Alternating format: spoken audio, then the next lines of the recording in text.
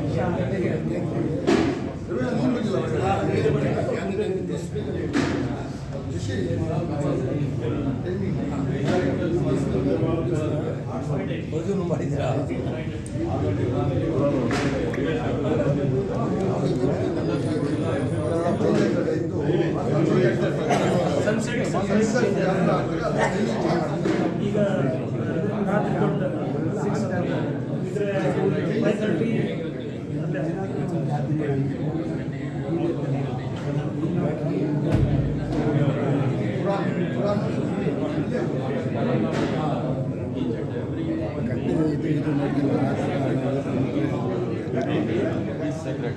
You have to take care of his integrity. You don't have any right to insult him. You don't have any right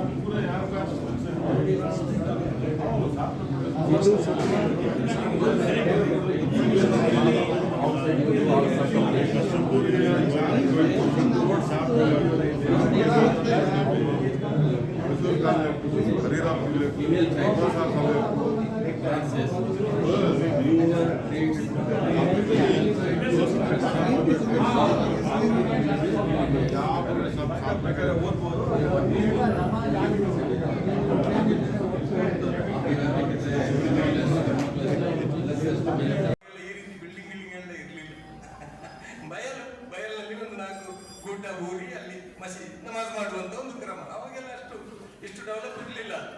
ಅವಾಗೆಲ್ಲ ಮಸೀದಿಗಳೆಲ್ಲ ಹೊದಿಕೆ ಮಾಡ್ತಾ ಇದ್ದದ್ದು ಖರ್ಜೂರದ ಎಲೆಗಳಿಂದ. ನಮ್ಮ ಹಳ್ಳಿ ಬದಿಯಲ್ಲೆಲ್ಲ ತೆಂಗಿನ ನಾರಿನಿಂದ ಎಲ್ಲ ಮಾಡ್ತಾರೆ. ಖರ್ಜೂರದ ಎಲೆಗಳಿಂದ ಅದನ್ನೆಲ್ಲ ಮುಚ್ಚಲಾಗಿ ಒಂದು ಮೂತ್ರ ಮಾಡಿದ್ರು ಕೂಡ ಅಲ್ಲಿ ಕೂಡ ಇದ್ರು ಇಂಥ ಟೆನ್ಷನ್ ಕ್ರಿಯೇಟ್ ಮಾಡೋರು. ಪ್ರವಾದಿ ಕಾಲದಲ್ಲಿಯೂ ಕೂಡ ಇದ್ರು. ಅವರು ಅದನ್ನು ಹಿಡಿದು ಹೊಡಿಲಿಕ್ಕೆ ಹೋದ್ರು. ಮಸೀದಿ ಗೊತ್ತಾಗಲ್ಲ, ಮೂತ್ರ ಮಾಡ್ತಾರೆ ಇಲ್ಲಿ ಬಂದು. ಪ್ರವಾದಿಗಳು ಸಾಕು ಎಡಬಿಡಿ ಮಾಡಿ ಒಂದು ಬಕೆಟ್ ನೀರು ತಗೊಂಬನ್ನಿ. ಪ್ರವಾದಿಗಳು ಒಂದು ಬಕೆಟ್ ನೀರು ತಗೊಂಬನ್ನಿ.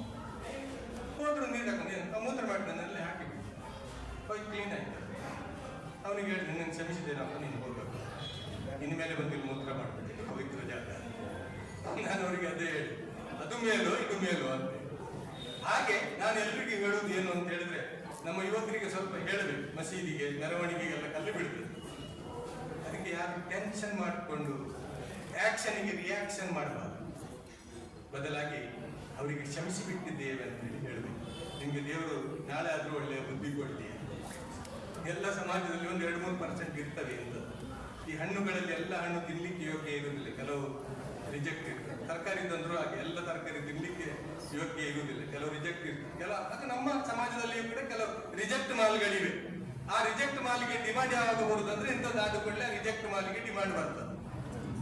ಅದನ್ನು ನಾವು ಸ್ವಲ್ಪ ಜಾಗೃತಿಯಿಂದ ಡೀಲ್ ಮಾಡಿದ್ರೆ ಏನಾಗ್ತದೆ ಹೇಳಿದ್ರೆ ನಮ್ಮ ಸಮಾಜ ಶಾಂತಿಯಿಂದ, ಸೌಹಾರ್ದತೆಯಿಂದ, ಪ್ರೀತಿಯಿಂದ ಇರ್ತದೆ. ಸೊ ಈ ಕಾರಣದಿಂದ ಈ ಮಸೀದಿಗೆ ನಾವು ಬರಮಾಡಿದ್ದೇವೆ. ಇದು ಆರಂಭವಾಗಿದ್ದು, ಇದು ಎಂಡ. ನೀವು ಪದೇ ಪದೇ ಬರ್ತಾ ಇರಿ. ಶುಕ್ರವಾರದ ದಿವಸ ಬನ್ನಿ. ಸಾಧ್ಯ ಆದರೆ ಇವರು ತಿಂಗಳಲ್ಲಿ ಒಂದು ಕನ್ನಡದ ಪ್ರವಚನ ಇಡಿ. ಮಸೀದಿ ಆಡಳಿತ ಸಮಿತಿಯವರಿಗೆ ಹೇಳುತ್ತಾರೆ, ಈಗ ಆರಂಭ ಮಾಡಿದ್ದಾರೆ ಕೆಲವು ಕಡೆ 4 ಜುಮಾ ಕುತ್ಬಗಳಲ್ಲಿ ಒಂದು ಕನ್ನಡದ ಜುಮಾ ಕುತ್ಬ ಇಡು. ಆ ಒಂದು ತಿಂಗಳಿಗೊಮ್ಮೆ ಆದರೂ ತಾವಿಲ್ಲಿ ಬಂದು ಒಂದು ಆ ಪ್ರವಚನ ಕೇಳುವಂಥ ಒಂದು ವ್ಯವಸ್ಥೆ ಆದರೆ ನಾವು ಇನ್ನಷ್ಟು ಹತ್ತಿರಕ್ಕೆ ಬರ್ಬೋದು ಅಂತ, ನಾವು ಇನ್ನಷ್ಟು ಬೆರೆತು ಬಾಳಬಹುದು ಅಂತ, ನಾವು ಇನ್ನಷ್ಟು ಪ್ರೀತಿ ಮಾಡಬಹುದು. ನಾವು ಯಾರು ಕೂಡ ಅವರು ಅಂತೇಳಿ ಹೇಳೋದು ಬೇಡ, ಅವನು ಅಂತೇಳಿ ಹೇಳೋದು ಬೇಡ, ನನ್ನವನು ಅಂತೇಳಿ ಹೇಳೋದು. ಇದೇ ಧರ್ಮ ಕಲಿಸುವಂತ. ಎಲ್ಲರನ್ನೂ ನನ್ನವರು ಹೇಳಲಿಕ್ಕೆ ಧರ್ಮ ಬಂದಿರು, ಎಲ್ಲರನ್ನು ಜೋಡಿಸ್ಲಿಕ್ಕೆ ಧರ್ಮ ಬಂದಿರು, ಬೇರ್ಪಡಿಸ್ಲಿಕ್ಕಲ್ಲ. ಎಲ್ಲಿಯವರೆಗೆ ಅಂದ್ರೆ ಒಬ್ಬ ಮುಸ್ಲಿಮನಿಗೆ ಯಾರನ್ನಾದರೂ ತೋರಿಸಿ ನನ್ನವನಲ್ಲ ಹೇಳುವಂತ ಅಧಿಕಾರ ಇಸ್ಲಾಂ ಕೊಟ್ಟಿಲ್ಲ. ಯಾಕೆ ಅಂದ್ರೆ ಅದರ ಬೋಧನೆ ಆ ರೀತಿ ಇದೆ. ಕುರಾನದಲ್ಲಿ ಯಾಯು ಹನ್ನಾಸ್ ಹೇಳಲಾಗಿದೆ, ಓ ಮನುಷ್ಯರೇ ಹೇಳಲಾಗಿದೆ, ನಿಮ್ಮೆಲ್ಲರನ್ನೂ ಕೂಡ ಆದಮನ ಸಂತತಿ ಅಂತೇಳಿ ಹೇಳಲಾಗಿದೆ. ಆದಮನ ಸಂತತಿ ಅಂದ್ರೆ ನನ್ನ ಸಹೋದರ ಅಲ್ಲ, ಸಹೋದರ ಅದ. ಒಬ್ಬ ಸಹೋದರ ಇನ್ನೊಬ್ಬ ಸಹೋದರನನ್ನು ತೋರಿಸಿ ನನ್ನವನಲ್ಲ ಅಂತೇಳಿ ಹೇಳುವಂತ ಅಧಿಕಾರ ಇಲ್ಲ.